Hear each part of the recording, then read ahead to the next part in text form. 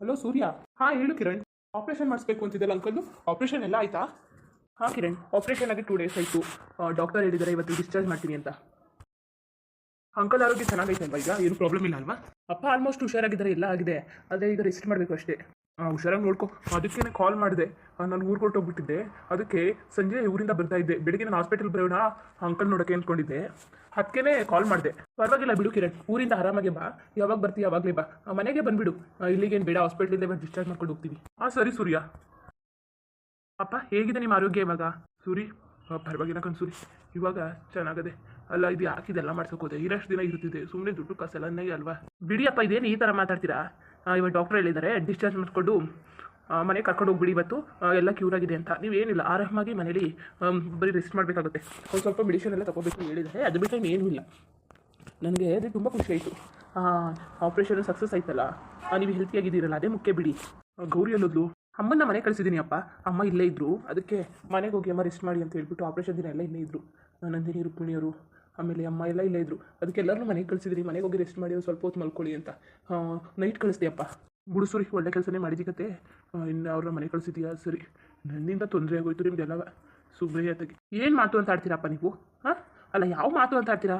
ಇದೆಲ್ಲ ನಮ್ಗೆ ಏನು ಪ್ರಾಬ್ಲಮ್ಮು? ಏನಿಲ್ಲ ಬಿಡಿ, ನಿಮ್ಮ ಆರೋಗ್ಯನೇ ಮುಖ್ಯ.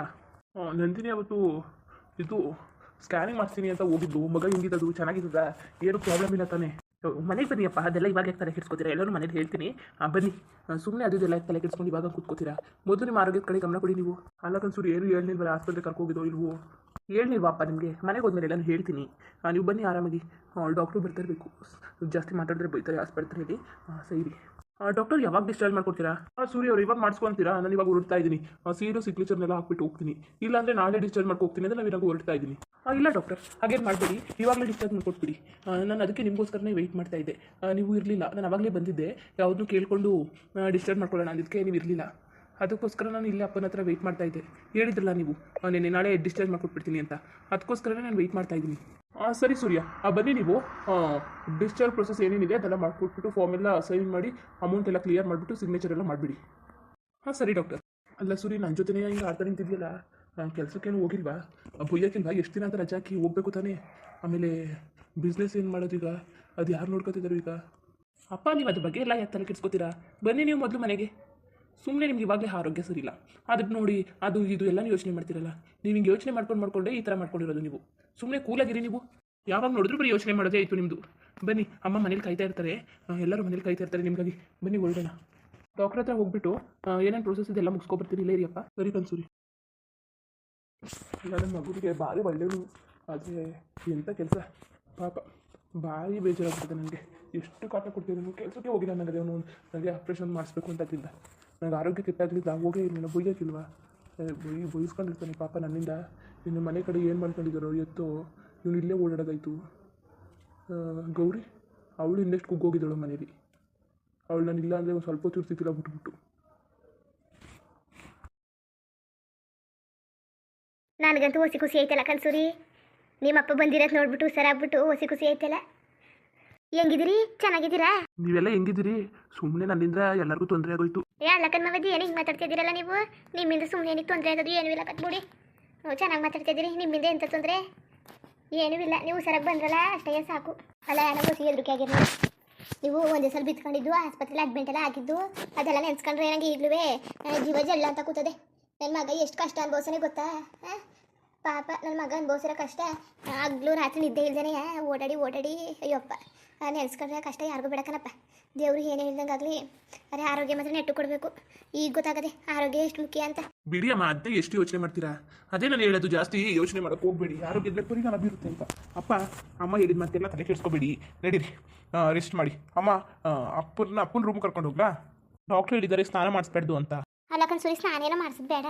ಹೋಗ್ಲಿ, ಕೈ ಕಾಲು ಮುಖನಾರು ತೊಳೆದ್ಬಿಟ್ಟು ಬಟ್ಟೆನಾರು ಚೇಂಜ್ ಮಾಡೋಕ್ಕಾಯ್ತದೆ. ಆಸ್ಪತ್ರೆಯಿಂದ ಬಂದಿರೋದು. ಹೋಗು ನೀನು ಹೋಗ್ಬಿಟ್ಟು ಅಚ್ಚುಕಟ್ಟಾಗಿ ಸ್ನಾನಗೆಲ್ಲ ಮಾಡ್ಕೊಂಡು ಅಡುಗೆ ಮಾಡಿ ಮಡ್ಗೀನಿ, ಊಟ ಮಾಡ್ಕೊ.